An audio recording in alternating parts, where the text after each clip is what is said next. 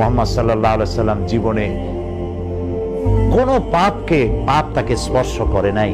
লোকেরা গান শোনে, বাজনা শোনে। একবার যুবকেরা তাকে ধরল, মুহাম্মদ সাল্লাল্লাহু আলাইহি ওয়াসাল্লাম, তুমি বড় নিরস মানুষ, এক জায়গায় বসে থাকো, যুবক মানুষ, চলো না আজকে অমুক জায়গায় গান আছে, নাচ আছে, খুব ভালো ভালো নাচ হবে, গান হবে, তুমি যাবে, চলো। তিনি বললেন আমার ভালো লাগে না। তারা বললো না, যেতেই হবে। অনেক ইনসিস্ট করার পর তিনি বললেন আচ্ছা ঠিক আছে, যাও, তোমরা যাও, আমি আসবো। সবাই গান শুনতে গেল।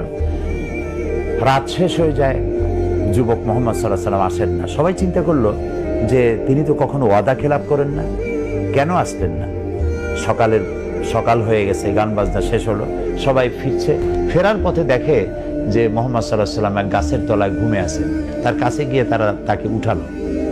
তারা বলল যে তোমার না কথা ছিল গান শুনতে যাবে, নাচ দেখতে যাবে। তিনি বললেন আমি তো কথা দিয়েছিলাম, তো যেতে গিয়ে প্রতিমধ্যে এই জায়গায় এসে আমার কেমন যেন শরীরে অবসাদ এলো, আমার ঘুম পেল, আমি ঘুমিয়ে পড়লাম।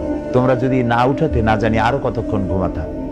অর্থাৎ অলক্ষ্যে আল্লাহ তাআলা তাকে ঘুম পাড়িয়ে দিলেন, অলক্ষ্যে তাকে জানিয়ে দিলেন, হাবিব এই কাজ তো আপনার জন্য নয়, আল্লাহ তাকে হেফাজত করেছেন।